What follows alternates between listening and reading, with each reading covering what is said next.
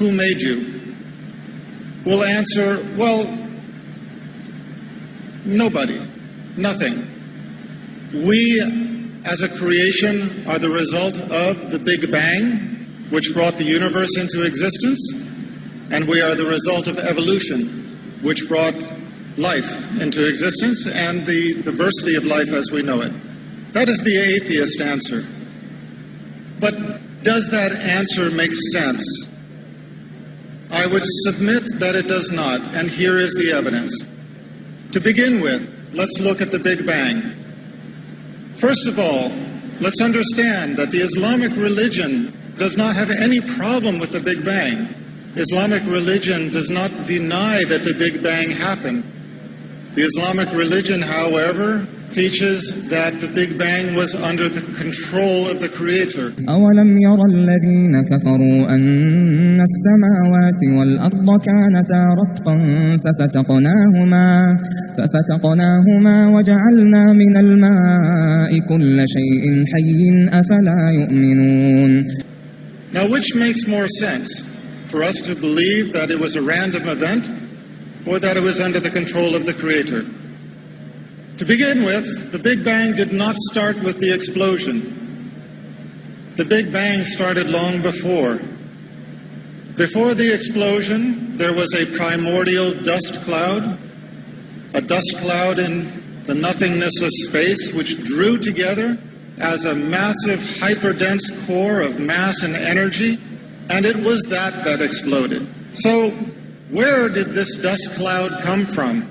Where did the primordial dust, where did the energy come from for this explosion?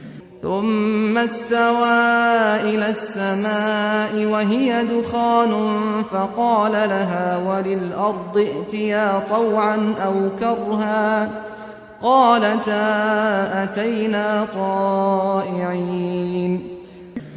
If there is one thing we know from science, it is that we do not get something from nothing. In the explosion, it was the greatest explosion in the history of our universe. It blew everything outward to the universe as we have it today, which is expanding as we know it. And yet we are to believe that this supposedly random event resulted in the perfection of the universe as we know it, whereas any other explosion results in destruction and chaos. We are to believe that the Big Bang resulted in the perfection of the universe as we know it. This is an example where science contradicts science. What do I mean by that? If you are going to explain the universe on the basis of science, you cannot have science contradicting the science that explains the existence of the universe. In science, there is a general principle called entropy. Entropy is the principle that unless there is a greater control over a process, the process tends to chaos. Now let's put it into real-world terms. It does not matter whether you are talking about your child's bedroom, the kitchen sink, your workplace, or a complex chemical reaction. If it is not under control, it generates into chaos. If your child does not clean up his room, if somebody does not control the dishes in the sink, if somebody does not control the chemical reaction, the result is going to be random and chaos. But we are to believe that the massive explosion of the Big Bang resulted in perfection and not chaos. This is an example where science contradicts science. In the same way, when the atheists explain our existence as living beings, they use the example of evolution, natural selection. First, there was a single-cell organism. From the single-cell organism evolved all of life as we know it. But you know, if there's one thing that we know from our lives, it is that if you look at something, you know where it came from. If you look at a painting, you know that there was a painter. If you look at a sculpture, you know that there was a sculptor. If you look at a building, you know that there was an architect and a construction company. And yet we are to look at creation and think that there is not a creator. This is the proposal. The proposal of the atheist is that we evolved by natural selection with the absence of a creator. But I have a question for those who put forward this theory. Natural selection can explain a lot of things. It can explain the diversity of species. It can explain the fossil record. It can explain where the dinosaurs came from and where they went to. But how can you explain where the soul came from? If you believe in the existence of a human soul, how can you explain this as having evolved? For that matter, how can you explain life as having evolved? And what do I mean by life? I mean the power that gives a body, once assembled, to live. We have reached a point in science where we can transplant virtually every organ of the body.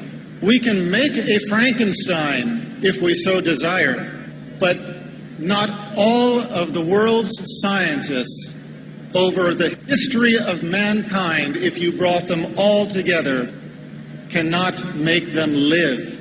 We cannot even make the wing of a gnat in the perfection that it has been made by our Creator.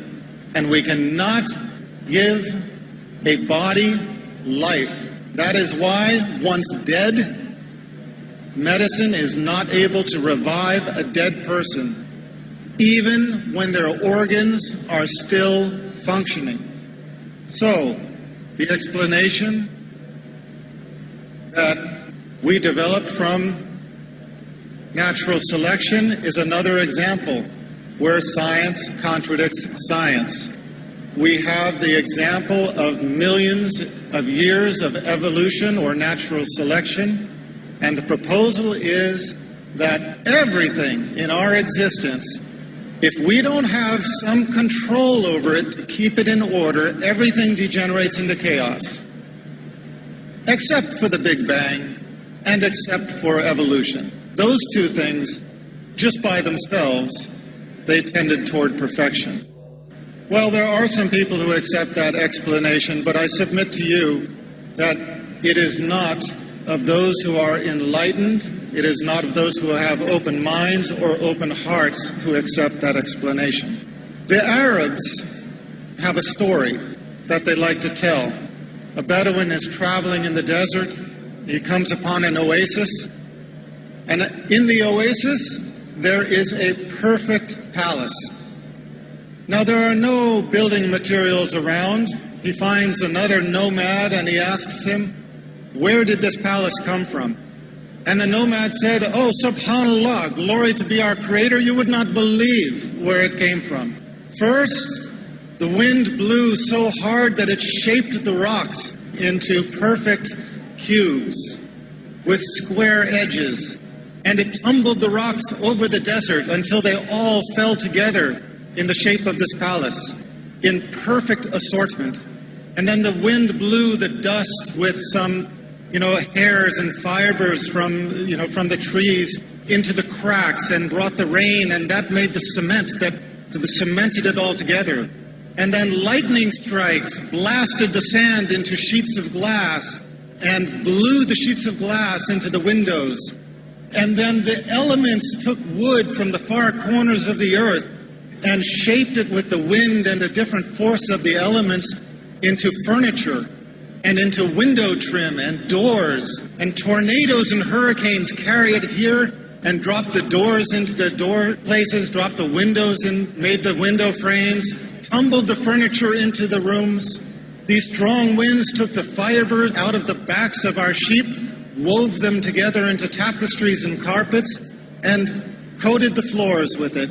And all of this happened just in this one place on earth to make this perfect palace. When we begin thinking about it, we cannot help but roll our eyes and realize, come on, this guy is crazy. This is impossible. And yet what we are told to believe is that the Big Bang and natural selection, through the two most climactic events in the history of creation accomplished something even greater than this.